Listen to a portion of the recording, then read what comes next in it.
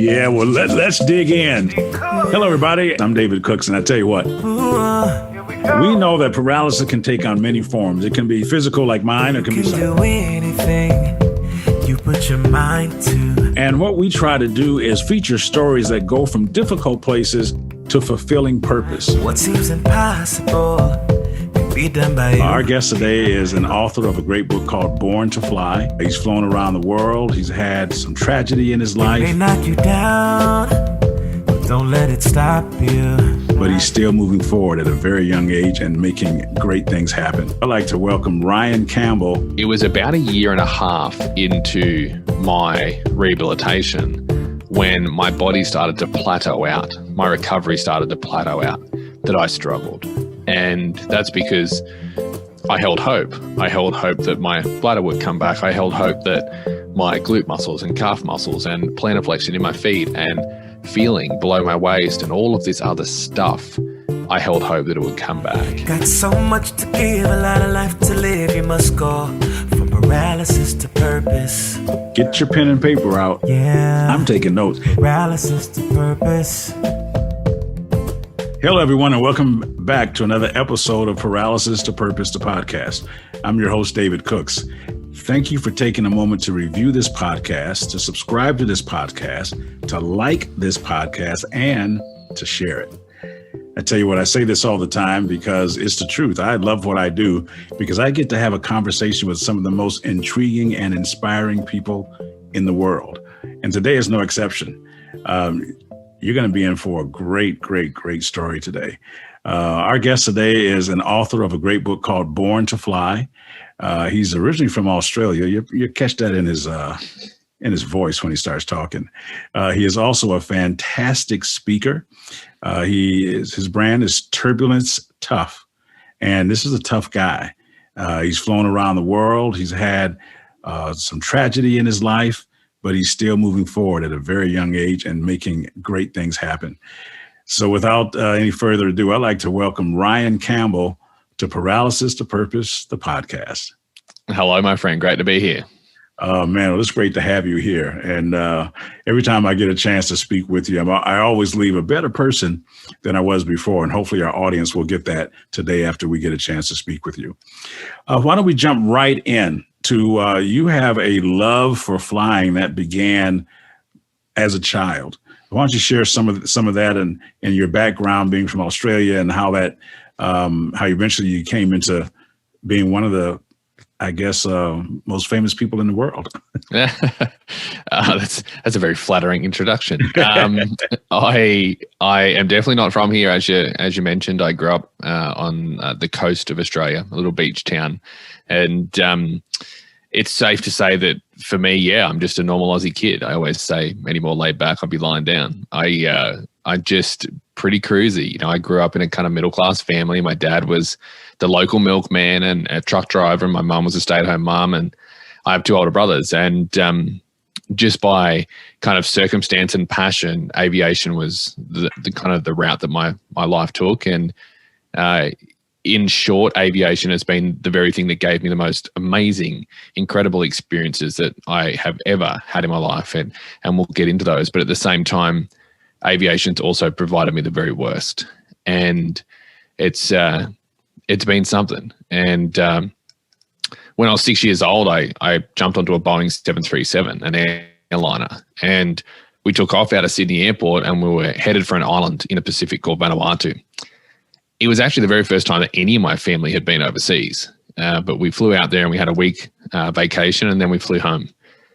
And as great as the vacation, I should say holiday, I'm very American these days. As much as I enjoyed the time away, it was the flight there and back that changed my life. It was sitting as a 6-year-old kid on the window seat, looking out to, over the wing towards the runway and taking off and being pushed back in the seat, and all the views that came with departing Sydney, being blown away at the size of the city, or the fact that we could fly through clouds, especially being invited as a young kid to go up to the cockpit and meet the pilots prior to September 11th. So walking through that door and seeing the buttons, the switches, the lights, and the pilots themselves, man, I thought they were the coolest humans that ever walked the earth. Like, I really did. I was in love with the whole idea of flight, and I discovered my passion. And I was a pretty lucky young kid to get to discover that at such a young age. And all I would tell anyone from that day on was that I wanted to grow old and become a jumbo jet pilot. And that want never went away. That is amazing that at such a young age, because I remember as a kid when I was walking, going and seeing the cockpit and everything, and it was fascinating. It was kind of like seeing a fire truck was fascinating, anything like that. But to be 6 years old and to know, I mean, to be moved so to a point of that kind of passion is unusual. Unusual, and I've never really believed that it's in your blood or something's in your blood. But I was a 6-year-old kid, and little did I know at that age that my granddad, who had passed away, was a pilot. My uncle, who we didn't have a lot to do with at that age, was a pilot. My dad had always wanted to learn to fly. And we as a family would go on to have all of us, except my mum, become pilots. So I think it went far beyond just something that I enjoyed at the time. I really think that it was something that kind of was embedded with me, as strange as that sounds. Wow. No, hey, it sounds like it's in your DNA to me. So kudos to you for following that which was in you, because so often people run from purpose because they're looking for something else instead of looking inward to find out what the thing is that really drives you or pushes you or turns you on, so to speak. And so you didn't do that. So you, at an early age, you decided you wanted to be a pilot. Yeah, we all decide we want to be something when we're 6 years old. But by the time you were 12, a teenager, you followed through on this dream and goal of yours. Why don't you share that process with us and what you decided to do with that? Yeah, for sure. Basically, I kind of went through high school and I got to about 13, 14 years of age, and common sense at the time, I was kind of asking myself, how am I going to do this? How am I going to learn to fly and become a pilot and see this dream out?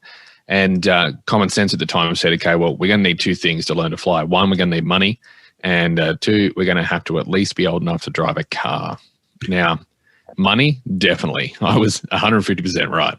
That was definitely something that I needed to learn to fly. But I was actually completely incorrect when it came to age and the restrictions in learning to fly. And I remember being 14, sitting down at mum and dad's kitchen table, obviously bored one day, and started flicking through the local newspaper. And I saw an article written about a young kid who had flown an airplane solo, so on his own for the very first time, the day that he turned 15. 15. You can't drive a car in Australia on your own until you're 17, 15 years old. And I remember, mate, reading that article over and over again, just jealous. Like, how is this even possible? How is this legal? And I was so envious that I'd read the article and I remember replacing in my head his name with mine. Like, I wanted it that bad. And I took that kind of, if he can do it, why can't I approach in life? I talked to my mum and dad about getting a job after school.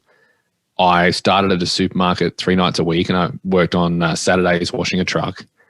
And every 2 weeks I had enough money to do a 1-hour flying lesson. That's exactly what I did. On my 15th birthday, I remember going flying with my flying instructor. I remember him asking me to taxi him back after we landed to the hangar. And then he proceeded to get out and take his headset, strap his seatbelts together, and the airplane's still running at this point. He said, "Don't forget to lock the door, go and have fun." And I taxied out as a 15-year-old kid. All my family were there watching. Everyone was excited except my poor old mum. The further I get into this, the more you'll feel sorry for my mum. But I took off and I flew an airplane on my own. And it was a pretty incredible day because it made me realize a number of things. One, what you can do if you've just got that kind of drive and passion towards one common goal, and you work incredibly hard to make that happen. It was a real eye-opener for a young kid. But more than that, it made me want to do everything I possibly could within aviation at the youngest possible age. And man, that was a desire that obviously took us on some pretty wild adventures. So 15 years old and flying an airplane, which was pretty cool. Yeah, 15 and flying an airplane. I mean, who does that? You do. I mean, obviously.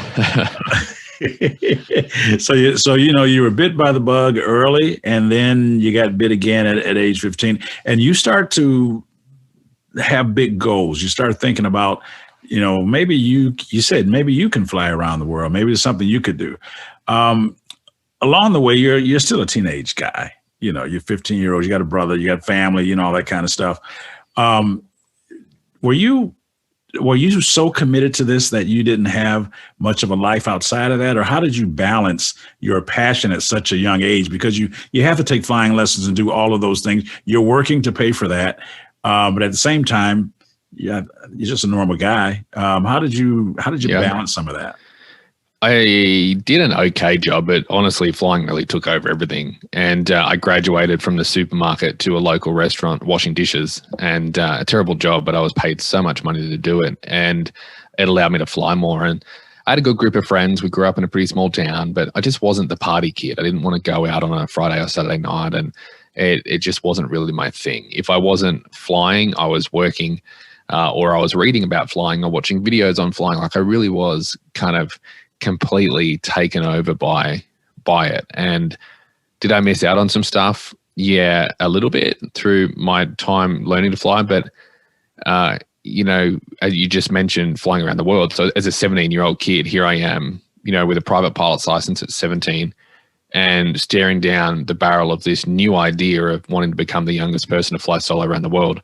I can say that, we will talk about it, but that process of planning and executing that really did take over my whole life. And I was a 17-year-old kid with 2 mobile phones that rang constantly as we tried to kind of pull off this incredible feat of just planning this expedition. So at that point, yes, it did become my whole life. And did I miss out on some stuff? Yeah, sure. But can we do everything? No, we can't. So, I'm still proud of the decisions. I think we went down the right path. But to expand on that, I was a 17-year-old kid, and I wanted to achieve everything I could at the youngest possible age. I'd been flying my school friends around when I was 16 years old, taking them for rides in airplanes, and I was cutting deals with my mates at school that, hey, you've got a driver's license, I don't. So if you want to drive me from school to the airport, I'll take you flying, but I need you to drop me home, And right. That's exactly what we did. And I worked through my license. I come up with this idea, and we could talk for an hour just about the planning phase of the trip, but I was basically a young kid who Googled how to fly solo around the world, and I found that the record for the youngest person to have ever flown solo around the world was 23. Prior to that, it was 37. So, more people had gone to space and flown solo around the world at this point. And I remember Googling it, finding some information and hiding it in my desk because I didn't want my family or anyone to believe that I could actually pull this off. Through a very long, adventurous journey over 2 years, I managed to find courage to ask my mum and dad whether I could fly around the world. I built a team. We fundraised $250,000 on a laptop computer and rented a single engine airplane and trained and prepared for what was an expedition that had never been done before, 24,000 miles solo around the world in a single engine airplane as a teenage kid. And it was 2 years that in some ways I'm just as proud of when you compare it with the flight itself. And I grew up real quick in that 2 years, and we built an incredible team. And, we always say we took off, we landed, we did this, we broke the record because it was such a team effort. So 2 years of planning and training put me in a position at 19 years old to climb into a single engine airplane known as the Cirrus SR-22, completely modified so it could fly these long distances over water. We actually put 160 gallons of fuel in the cockpit with me so that instead of running out of fuel after 5 hours, we can now fly for about 16 and a half hours before we run out of fuel, which was great because the longest leg was Hawaii to California, which was 15 hours nonstop over water. So incredible journey, 19-year-old kid, 24,000 miles, 35 stops, 15 countries, all the way across the Pacific Ocean, island hopping to the US, all the way across the US, coast to coast, up through the world's biggest air show, into Canada, readying for the crossing of the North Atlantic, overflying the tip of Greenland into Iceland, from Iceland down to Scotland, England, France, Greece, diversion around crisis in Egypt to end up skimming Iraqi airspace, descending over the Red Sea into Jordan, 9 hours over Saudi Arabia to Oman, down to Colombo in Sri Lanka, then to Malaysia, Indonesia, and then finally into the west coast of Australia. And after, almost probably 22,000 miles, I was given the opportunity for the first time in my life to fly across my own country. Wow. And that's what we did. And after 70 days, I landed on a runway that I'd taken off from, and I had arrived back at that runway at that airport, and I'd never ever flown west. And there's only one way to ever do that. And it's a really long way around. And that's what we pulled off. So we'd broken a record and we created history and all that good stuff. And that really didn't matter, to be honest. It was how lives were changed, whether it be mine or the team or the people that we crossed paths with around the world. But we did it. 19 years old, and we somehow did it. So. Wow, that's an amazing story. One of the things we talk about on our journey from paralysis to purpose here, we talk about perspective, perseverance, and partnerships. I want you to talk about the importance of partnerships and what you did. You spent a lot of time there talking about putting together a team and that we did this and we did that. Could you talk about the importance of partnership and teamwork in being successful? Oh, without doubt. I mean, gosh, it was the whole backbone of that trip. A 19-year-old kid doesn't have the wisdom, the experience anywhere near what is required to pull off something like this. It was putting myself out there via email to a very famous Australian gentleman, 5-time around the world pilot, first man to ever fly a helicopter solo around the world. It was putting myself out there to him in an email in the very beginning that started this momentum ball of, gathering more and more people who were willing to support me, not just financially. Yes, that was a huge component of it. Incredible companies jumping on board to say, yeah, we'll support you. And in turn, ending up with an airplane that looks like a NASCAR, but covered in sponsor stickers. But it was not just a financial assistance, but it was maybe even more importantly, it was the experience-based assistance of incredible individuals who had a whole lot of experience sitting down with me, mentoring me, helping me, preparing me to be able to do this and do this safely. Like, this isn't a walk in the park. It was an incredibly dangerous trip.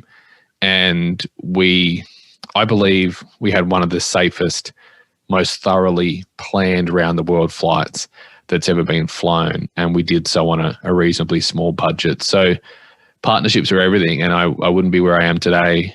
We will talk about adversity and kind of dragging myself out of kind of the tough component or chapter in my life. Partnerships, whether in adventure or adversity, have been my backbone and my strength. So it makes me now want to see where and how I can be a partner for other people to help them through their adventure and adversity in their life, their turbulence. One of the other things that stands out to me about that process and about just this portion of your life, and also once we start talking about other things, is the second thing, and that's perseverance. I'm sure that you had a lot of challenges. You probably had some naysayers. You may have even wanted to quit from time to time. Let's talk about that process, because it sounds like, it's fun. We got people together and we went flying around the world. Well, right. I don't think it's quite that simple. Perseverance for me is not stopping what you're doing and even falling and getting back up and that kind of stuff. Were there mishaps along the way? Were there times you didn't think that you could do that? Or did you always know that you were going to be able to do that? Oh gosh, no. No, I took off out of that airport as a 19-year-old kid and pointed the nose over the ocean. I'd never flown over water before. I had no idea whether I could pull it off. I just had a deep down belief that I had to do everything I could to try. And gosh, where do we even start? 6 months prior to departing on the round the world flight, we didn't have an airplane. I flew to the other side of the world and knocked on the door of the world's largest aircraft manufacturer using the little bit of money we had to make that happen in order to try and find an airplane. We had so many ups and downs throughout just the planning phase that it was, the only reason that this was successful was that at the beginning of the whole project, my original flying instructor said to me, you're unsure, you need to make a big yes or no decision. So don't worry about the smaller details. Zoom out, look at the big picture, where you are in life, what opportunities you have ahead of you, one of those being this record attempt, and make a big yes or no decision as to whether you're going to say yes and pursue it until it's either a success or it cannot be revived, or say no, walk away, find something else and never come back to this. And I made a yes decision that day. What that was jumping into a big black hole 2 feet first, and working out the challenges as we went. But what was so important about making that yes decision was every time we came up against a challenge, and there were so many, I didn't have the opportunity to quit. I hadn't given myself that opportunity. It was just about finding another way around, finding a solution to that problem, and then moving on to the next one. The round the world flight itself, we were up against 60,000-foot thunderstorms over the Pacific Ocean, flying 180 miles off track just to get around the edge of the storm, around the worst of it.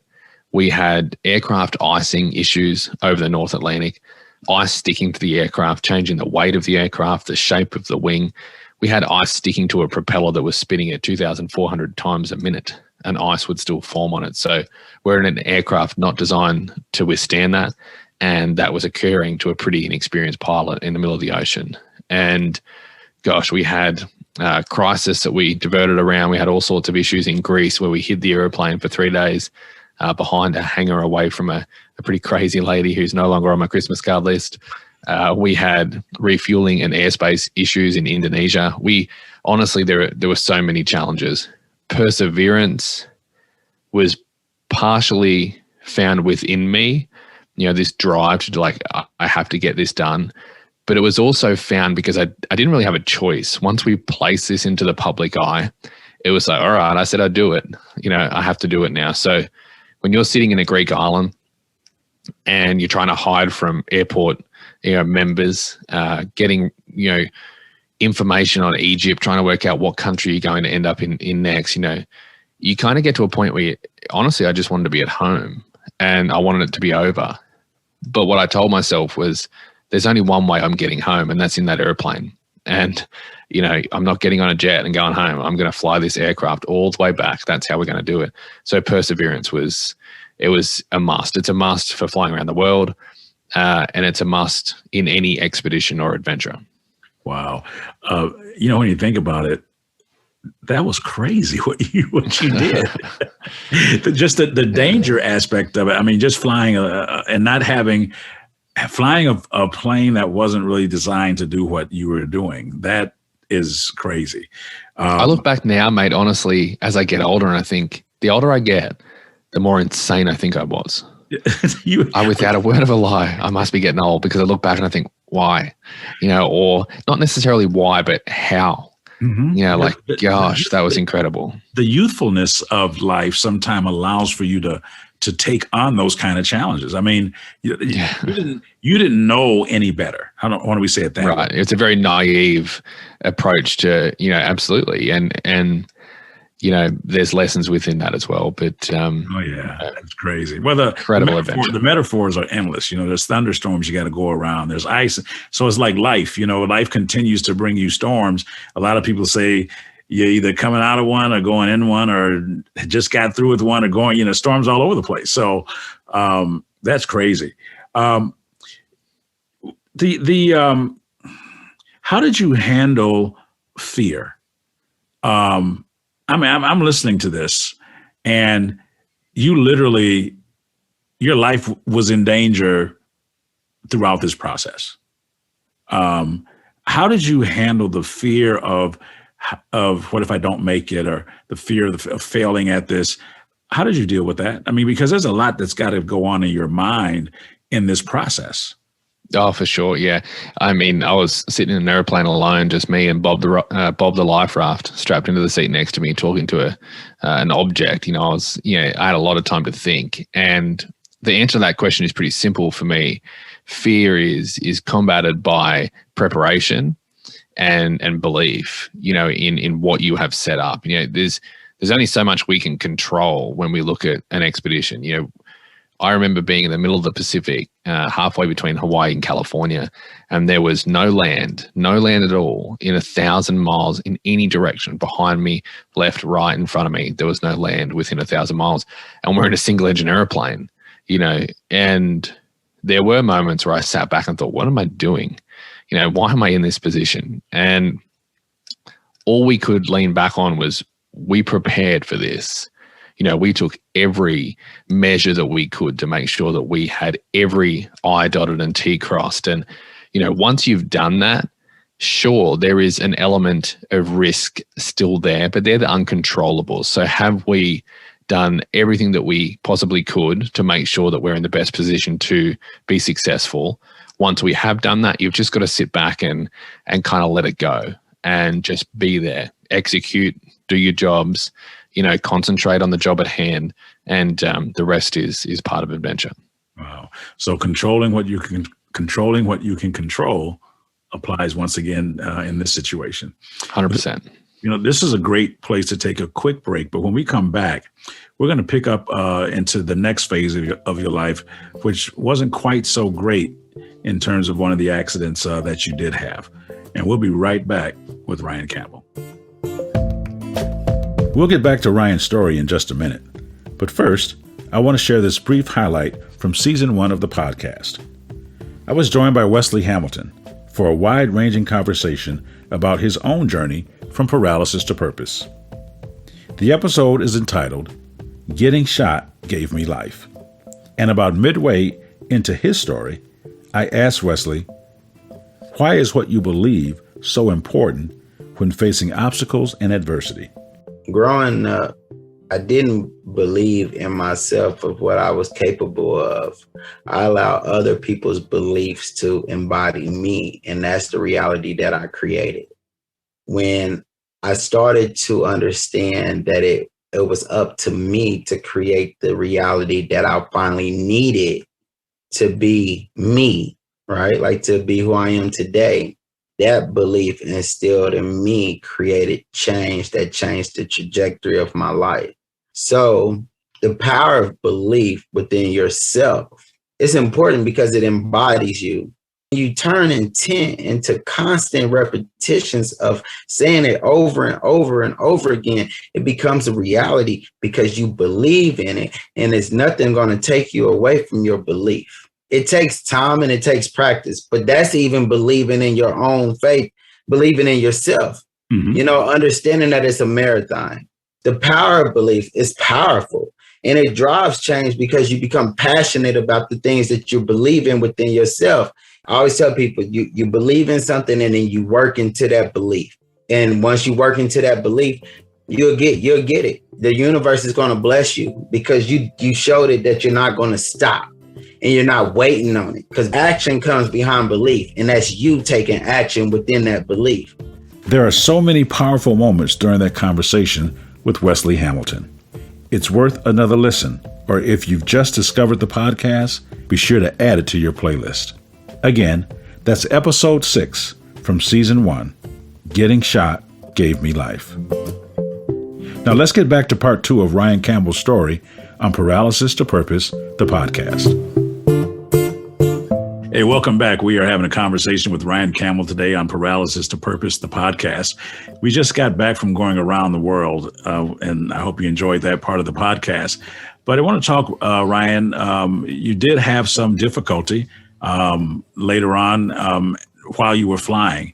You survived an accident. Can you take us through that and where you are now and let people know what happened to Ryan Campbell? Absolutely, yes. So, 70 days after leaving, the East Coast of Australia, we arrived back and we finished this round the world flight, and we broke a record. We created history. We impacted a lot of lives, and we went on to have honestly a pretty incredible life after that. I shared my story in a book called Born to Fly. My nan can tell you every page number of every spelling mistake in that book, and I wish it was a joke, but it's not. And I do have that copy, by the way. So we shared the story and jumped on the Australian speaking circuit, and all these incredible things started to happen. I was named one of Australia's 50 greatest explorers. So, I mean, come on, I'm a guy who doesn't make my bed some days, and I'm still on that list. I met the royals, you know, and I remember standing face to face with Prince William thinking, how did I get here? You know, like you know your life's taken a pretty unique turn when you're face to face with a royal talking about adventure and adversity and all that good stuff. So I talk about those experiences to set the scene because I want people to understand that life was good. I'd set an incredibly large goal. I'd achieved it. It was tremendous. I had then gone on to experience a whole bunch of extra kind of like cool little experiences that I didn't know were coming in a way. Mm-hmm. And I was a pretty happy guy. But as you say, it did all change. So 2 years after the end of the round the world flight, late December in 2015, I was at work. My job was still to fly for a living. And I was flying a vintage biplane built in the 1930s. My job was to fly up and down the coast of Australia to take one passenger for a ride at a time. And if they wanted to do some aerobatics, fly upside down and land. Beautiful machine, beautiful job, beautiful part of the world. And on this day, we took off. It was just like any other day at work. There were no records to break, no oceans to cross. We took off for what should have been about a 20, 25-minute flight. As we took off, the runway, end of the runway disappeared beneath the nose of the aircraft. And we had an engine failure. So we're low level, 100, 150 feet, and we've had an engine failure. And despite everything that I could do in my experience and control, what resulted was a horrific plane crash. It was all over so quickly. And I was cut from the wreckage of that aircraft. I was put into a helicopter and flown to hospital as the only survivor. So in short, absolutely everything about my life had changed in a split-second moment. The very thing that gave me my identity was now the very thing that took it all away. And I was broken from head to toe. I had multiple operations as soon as I arrived at hospital, 5 breaks in my back, shattered face, shattered right ankle, and all too familiar to you, I had a spinal cord injury. And I had no idea what that meant at the time. But when I woke up sometime later in the recovery ward, I had no movement or feeling below my waist, and I was diagnosed a complete paraplegic. And it all became very real very quickly. It was a very fast ride from the top to the bottom. And although I couldn't see it at the time, it definitely was an opportunity to compare the two. But at that point in hospital, I really thought it was all over. Wow. Did you, was there a passenger with you as well on this flight? And there was. So it was only 2 of us in the aircraft, and I was the only survivor. Wow. That alone, you've got the traumatic experience of now physically being different. And then you've got the fact that someone passed away. That's a lot to handle for anybody at any age, but you're still pretty young. How did you handle that? The fact that there was a lost life and then your life that was left was turned upside down. I really didn't care about me, if I'm honest. It was the fact that the outcome was what it was that was so incredibly hard, and it has affected me every day up until today, and it still does, and it always will. And it just, no matter what I do, it won't go away. Mm-hmm. The reality for me was that it took a while, but the conclusion that I came to was that I did everything that I could on that day. I made the right decisions. I, as a pilot, did what I should have done. I tried my absolute best within my experience. The situation we were put in was so incredibly unique and tough, and it all just happened so incredibly quickly. I don't know, if you put me back in that airplane, you gave me that opportunity to go through it again, I don't think I'd change anything. I don't know what else I could have done. And if there was something that had been done that I could have done better, I don't know how I ever would have moved on or moved forward. I can't say that I've moved on, but I don't think I could have made it out the other side of what I was facing. So when we talk about, spinal cord injuries, and we talk about rehabilitation, and we talk about this road back to walking and flying and all of this stuff involved in the recovery, I can tell you that the entire process has been a mental journey, not a physical journey. And a lot of that is contributed to the loss on the day. Yeah. I can only imagine. The physical thing, I tell people all the time, my greatest challenge is mental, is not physical. I can figure out how to roll around and go to the bathroom and do the stuff we have to do. But it's getting yourself mentally prepared to fight every day, to be your best every day, and know how much energy that takes. While you began your rehab, were you seeing psychiatrists and that kind of stuff? Was that a part of your process? And if so, how helpful was that for you? And the reason I say that is that we deal now with people that mental health is a hot topic, and there's a difference between mental health and mental illness. We all have mental health issues, and it's okay to get it to seek professional help and those types of things. Could you talk a little bit about how that helped you in your rehabilitation process, and then we'll get into some of the real practical physical aspects of going from walking to not walking in the snap of a finger?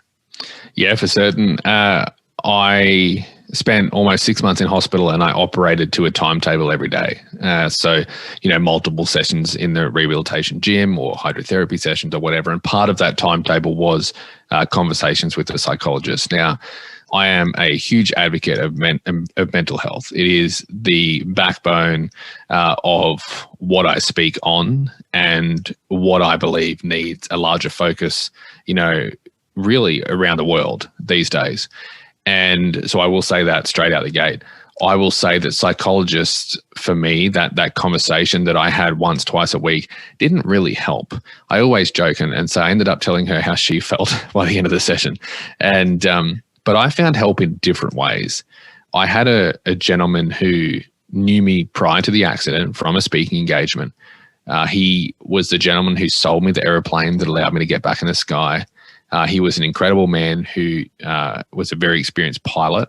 He knew a lot about the accident. He knew a lot about the round-the-world flight. He had experienced loss in his own personal life and in his professional life. He knew a lot of friends who had been lost in aviation accidents. This guy was the perfect candidate to help me, to be my psychologist. And that's exactly what he was. He was just a normal Aussie bloke who gave me a fair bit of tough love and kind of pushed when I needed to be pushed and cared for me when I needed to be cared for. And without him, I would not be where I am today. I just wouldn't in many ways. And so I will say professional help doesn't always have to come from the avenues that you might think. As long as you have someone in your corner who is helping you, on this mental kind of journey that you're on, then, it's a powerful thing to have. And it sure helped me a lot. Wow. We talked about partnerships earlier, and here's another one. It may not be like you said. It's interesting how people who have gone through things in life, and we all do, it's nice when people are placed in our lives at divine times that we need them the most to help us get through. And you had someone outside of the world of rehabilitation that helped you with that. What was your greatest struggle in rehab? I remember going through rehab, and I can tell you my struggle another time, but what was it that was probably the most daunting for you, that shook you the most when you had to realize that your life was no longer going to be what it was? I was very lucky because I started to see progress physically, and to see progress gave purpose to the pain is what I often say. It was tough. I mean, this, it's spinal rehabilitation ward, it's not Disneyland. And, it was a rough time. But whilst ever I was seeing progress, some reward for my efforts in the rehabilitation gym, some progress towards what I thought was going to be a full recovery in my naive approach to life at that point in time, I was honestly somewhat content. Now, it was very tough, don't get me wrong, but it was about a year and a half into my rehabilitation when my body started to plateau out, my recovery started to plateau out, that I struggled. And that's because I held hope. I held hope that my bladder would come back. I held hope that my glute muscles and calf muscles and plantar flexion in my feet and feeling below my waist and all of this other stuff, I held hope that it would come back. And I'd seen so much recovery. I'd had a miraculous recovery. For those listening, I now walk. I look like I've had a few too many Tennessee whiskeys, but, I walk. And I'm incredibly lucky to be where I am. But because I saw so much recovery over that year and a half period, hard work or not, there was no reason that I didn't think it could keep going. And I was very positive in that front. When it stopped, it was tough because all of a sudden it was like, okay, this is it. Like, this is the long-term Ryan. This is how Ryan will be until the end of time. And I have to get used to that. Whatever I have lost permanently, I now need to, be okay with that. And I need to start to think of, new ways to do old things and all that stuff and build a life that would work in harmony with the, permanent kind of paralysis and damage that I had. So that was my toughest time. It was delayed, honestly, a year and a half. A whole year after I left hospital was when it really hit me. So. Wow. Well, you talked about hope. That is such a powerful thing. And if people don't have hope, then they have despair. How did your perspective, because you're really talking about perspective now, you've gone through, you've seen a lot, you're one of many in this rehab center. For me, on a personal level, it's my perspective changed when I saw my roommate who had less ability than I had. And I saw other people who were worse off than me. And I was like, you know what? I think I can handle this. What happened to your perspective about life, about flying?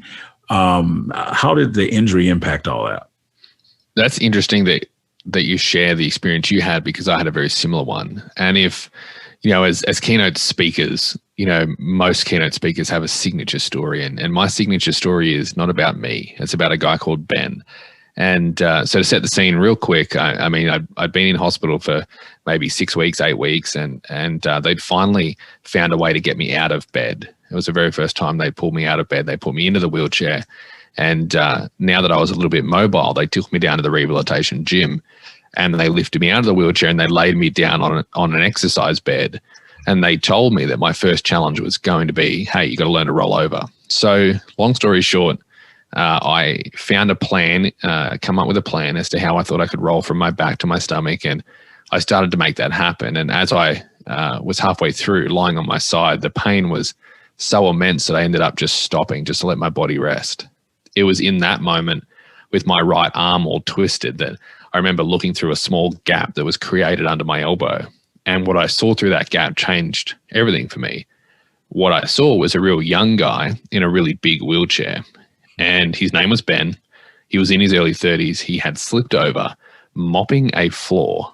He had broken his neck. He had no movement or feeling below his chest, very little movement or feeling in his hands. He was a quadriplegic. And I remember looking at Ben and mate, we didn't even exchange a word, not one. But I remember looking up at him and seeing him staring back at me. Here I was lying on this bed, feeling sorry for myself. The world was over, right? I couldn't fly, let alone walk, let alone go to the bathroom like a normal human. I had no idea where I was headed in life, and I was in a really dark place. Here I was in that state, looking up at Ben, realizing what he would have given for just one chance at rolling over. And man, like, I felt like the worst person on the face of the planet. And they put me back in the wheelchair. They took me back to bed. My body was resting and my mind is just racing at 1,000,000 miles an hour. And I remember thinking, I'm not really sure how I feel right now, but it's whatever this feeling is that I need to hold on to, because it's this feeling that's going to get me through all of the tough days ahead. And gosh, I was in spinal rehabilitation. Well, there were a few tough days on the horizon, and as you well know, and And I remember thinking that I had to hold on to that feeling and not forget it. And what that feeling was perspective. Now, we can talk about all the stuff that came from that, this thing called the Mindset Toolbox, and this ability to extract our own unique tools from our own unique moments in time, and the importance of sitting down with a moment that you have experienced and unpacking it, extracting all the tools from it, making sure we don't miss any. But what really matters at this point was that when I did unpack that moment with Ben, he made me realize that I was lucky to be a paraplegic. Lucky. And it was a game changer. It was the most raw, honest, tough example of perspective that I'd ever seen in my life, that I'd ever felt. And it changed everything. It was now about focusing on what I had as opposed to what I'd lost. It was now about finding new ways to do old things. It was now about gratitude and using gratitude to shrink the mountain that I was standing at the foot of. So, man, perspective is a strong word, bit of a buzzword, but I believe in it so much. And Ben was the one who got me there in the end. Yeah, yours was Ben, mine was Tony. And, there you go, Ben and Tony. Ben and Tony. They should make some ice cream. They should. So, yeah, it is powerful, and everybody has I think everyone has a perspective moment, and what you do with that moment really can dictate your future. You had thought that you would never fly again. You didn't know how you would fly again, but you are flying again. And you've said it a couple of times, that you had to figure out how to do things differently now that you used to do, and how you could still, I often tell people, say this in my keynote speeches, is that my passion and purpose did not become paralyzed when I became paralyzed. They were still alive and active. And until I die, they're going to be alive and active. And it was up to me to figure out how to fulfill that. How do you do that? I love that. The courage. Look, man, you had an accident. I didn't have anything. I just woke up and wasn't walking. So, I couldn't unsleep myself or whatever. You had an accident in a plane, and that was tragic. You had an event. You had to go. You went back to that. Can you talk about that process of wanting to do that again, and how you had to maybe overcome some hesitation about that? Yeah, gosh. I mean, what you just mentioned about passion and purpose not being paralyzed with the paralysis, like that for me that's huge. I love that. I love every bit of that, because look, for the first little while in hospital, I didn't want to hear an airplane. I didn't want to see an airplane. I remember being wheeled into the Sydney hospital after being transferred there from Brisbane. I remember them pushing me into a little ward where they put me into this room completely on my own. And it was basically a waiting room. And I was there for what felt like hours. And the television, I was really not in a good way. The television above my head was playing air crash investigations. And it was just that mixed with the lamp or the light that was above my head was broken, and they had grabbed a permanent marker and written "beyond repair" on the lamp. So I'm watching air crash investigations, and I've never actually shared this ever, not in a keynote.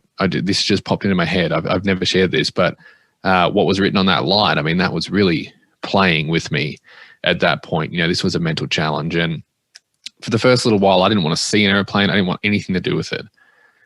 But when I came to terms with the fact that I had done everything that I could do on that day, I really did do my best. As hard as it is to say, I didn't want to be in that position either.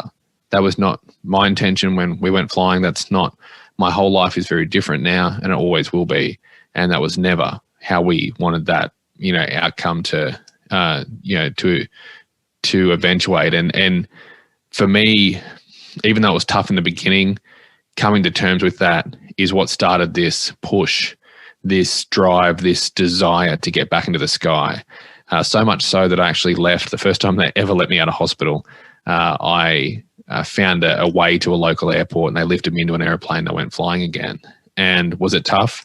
Yes, it was. I was just riding along, and it was tough. But this long journey of, coming to terms with my physical limitations, finding ways to work around them. I can't fly most airplanes anymore. I can fly certain aircraft with certain brakes because of the damage in my legs and feet. But finding a way around that was the ticket to getting back in the air. And it was tough. It still is tough some days. But my passion and my purpose was still there. And that's what what put me back into the cockpit. So much so that not only did we go back to flying airplanes, but the desire to want to fly commercially as a pilot for a career was still there, burning so bright that I found a way to get into a helicopter and operate the pedals to determine that even with my paralysis, I could in fact use my feet on helicopter pedals. And I became a commercial helicopter pilot as an incomplete paraplegic, which is not something that I could do prior to the accident. So we even found a way to further my flying skills after the accident. So, I'm so proud to have found a way back into the sky. And now we have this little airplane here in Tennessee that I brought with me when I moved to the US, and we hop in it and we go and watch the sunrise and the sunset. And end of this month, I'll hop in it and fly all the way to Wisconsin to deliver a keynote. So flying is still a core part of who I am and what I do. So. Wow. Now, I know you're going to be in Oshkosh. I think, is that the largest air? It is largest air show in the world. They have more airplanes flying to that air show in 1 week than we have in Australia completely. And so I remember earlier on you mentioned flying over that to get to Canada at some point. I'm like, you were up in Oshkosh, and I didn't even know it. I stopped there for 5 or 6 days. I actually stopped there and had a break, on the round the world trip. So, this is Oshkosh is for an aviation fanatic, it's the greatest place in the world. So to go back there and to speak and to be on the stage with some extraordinary heroes of mine is going to be pretty special. So wow, that's crazy. So you went right back. I think the best way to deal with fear and all that stuff is just hit it right squared in the face, and that's what you did. You hopped right back in the plane and a helicopter rather, and made it happen. It's like having hand controls in a car. You figure out how to do it, and people are like, how do you drive? The pedals and stuff are still there, and we just figure out another way to do it. So, and using logic, mate, like making sure that, if you go and strap wings to your refrigerator and try and fly it, to the base of the Grand Canyon and it doesn't go well, don't go back and do it the next week. That's a bad idea. If you get out of that, use logic. And for us, using logic and understanding what went wrong and why it went wrong and understanding the risks associated with flight, and all that good stuff was the reasoning behind being able to get back to it. So, logic is a powerful thing. You have to be able to focus on that as opposed to letting emotions, make these life decisions for you. Yeah. You talked about one of the things that helped you through all this was your preparedness. And, there's a scripture verse I love that says, after you've done all that you can to stand therefore. And you just stand because you did all that you could. We'll get back to David's conversation with Ryan Campbell in part 3 of Paralysis to Purpose, the podcast. Just a quick break to let you know that David recently released the audiobook version of Getting Undressed from Paralysis to Purpose, and David himself is the narrator. In Chapter 6, David recalls his freshman year of college when he produced and hosted a show on the campus radio station. Morning Inspiration, as it was known, aired on Sundays and featured a mix of contemporary Christian and gospel music. In this excerpt, David recalls meeting one of his listeners, a young woman looking for advice. One night during the spring semester of my freshman year, a stranger, a red-headed student, knocked on my door and asked if she could talk to me. She told me she liked my radio show, and as far as I was concerned, that was enough of a reason to start a conversation. I'm pregnant, she said, and I don't know what to do. My eyes widened. I couldn't believe she was telling me something so deeply personal, and to a freshman she heard on the radio of all people. It was the first time I realized how big the show was becoming and how it was impacting its listeners. She told me she was thinking about aborting the child. She was frightened at the prospect and responsibility of having and raising a child on her own. and she was terrified of what her family and friends would say. It was a new and bizarre experience for me, but I listened. I empathized, and I impressed upon her that although it wouldn't be easy, I thought she should have the child, and that she wasn't alone in dealing with her circumstances. Countless women had been in her position and came out as winners. I told her my belief that if it's in your life, you're equipped to handle and overcome it. Instead of asking why me, ask why not me. It's amazing what the human will is capable of dealing with. After all, our ability to endure is always greater than our willingness to endure. It's a shift in the narrative, but a necessary one when overcoming obstacles. She thanked me for listening to her, for my advice, and for not condemning her. She left without giving me any indication of what she was thinking, and I thought I would probably not see her again. Morning Inspiration went on to become one of the station's flagship specialty shows, which blossomed more and more each year. It gained greater prominence than I ever imagined, and I didn't want the show to leave with me when I graduated. The gimmicks I used to increase listener interaction, merchandise giveaways, concert tickets, etc., made things exciting, but the feeling of having a positive impact on the Whitewater community was what made it a powerful and lasting experience in my mind. People's lives changed, including mine, all because of some Sunday morning inspiration.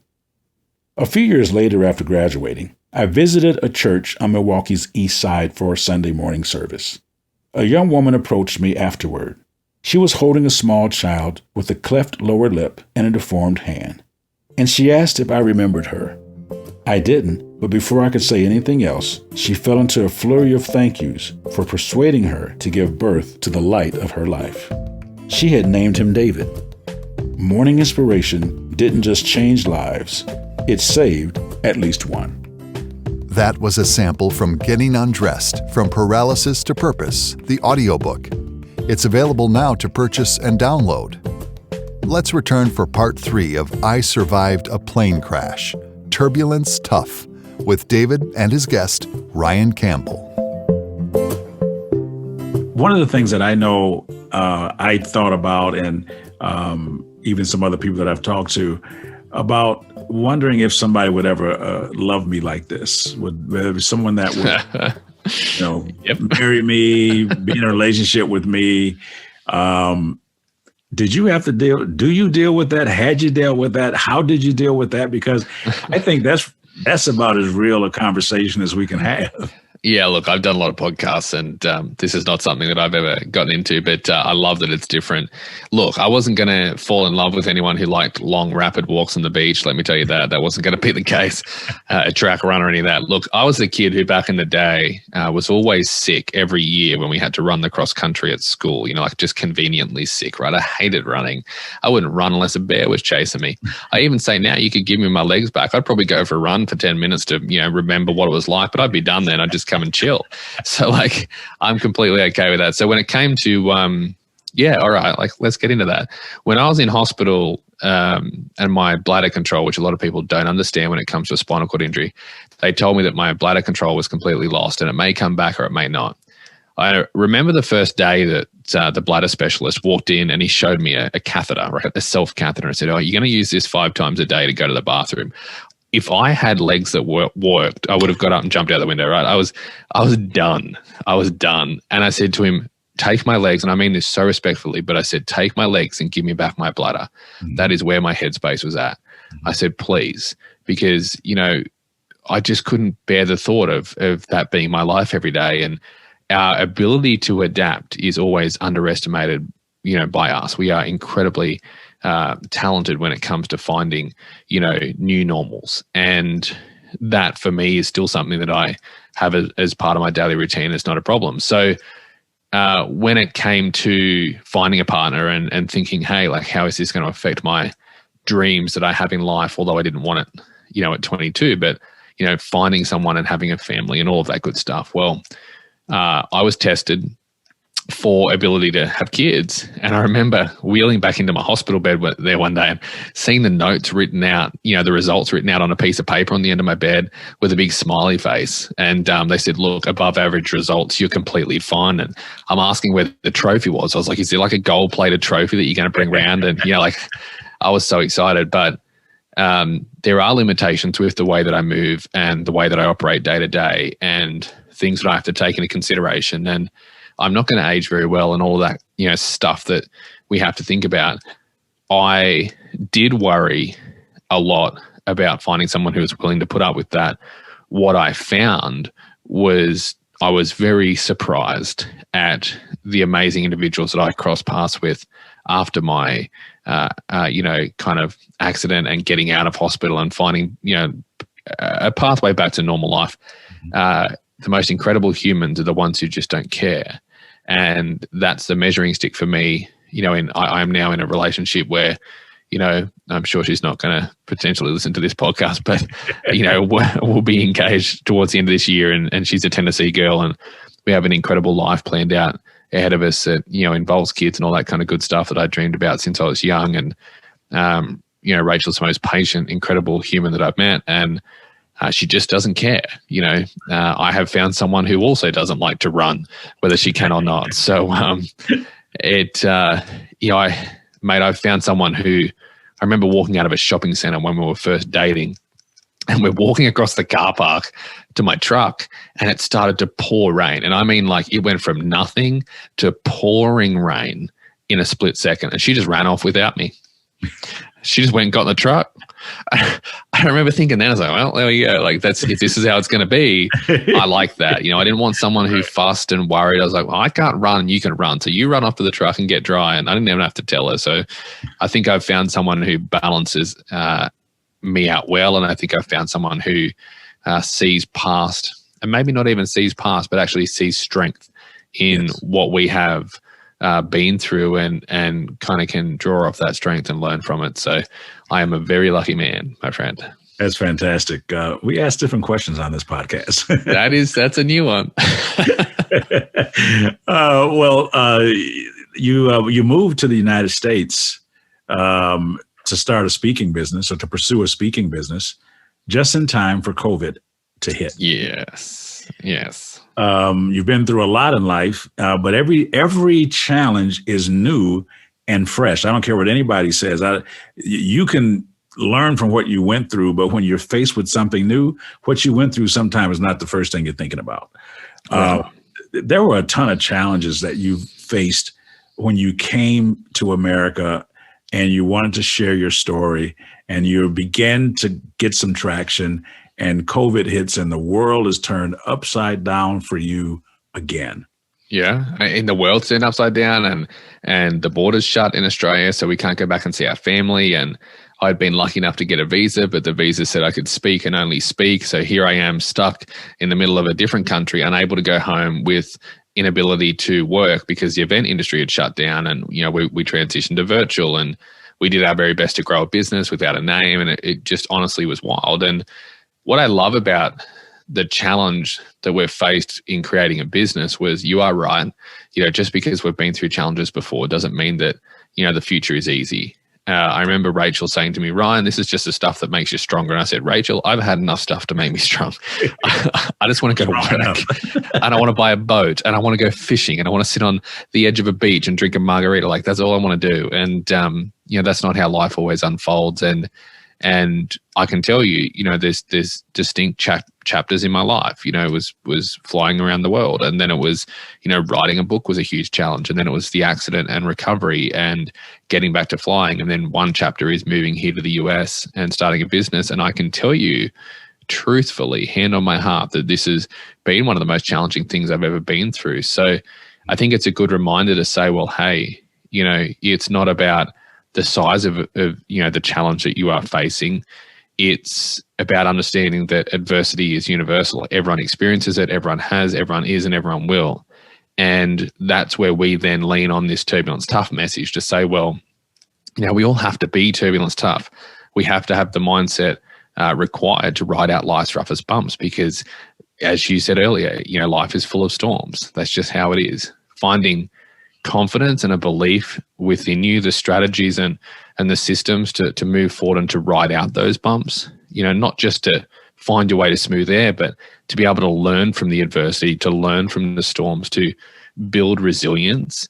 That is, what fuels me these days. That is a skill set that we all need to work on, a learned and refined skill. And, sticking this out, and, we're booking quite a few really exciting events now and in-person events, and the wait has been worthwhile. So sticking out the grind of COVID to now be able to stand on a stage and share that Turbulence Tough message is, completely worthwhile. And it's just another thing that I'm proud of.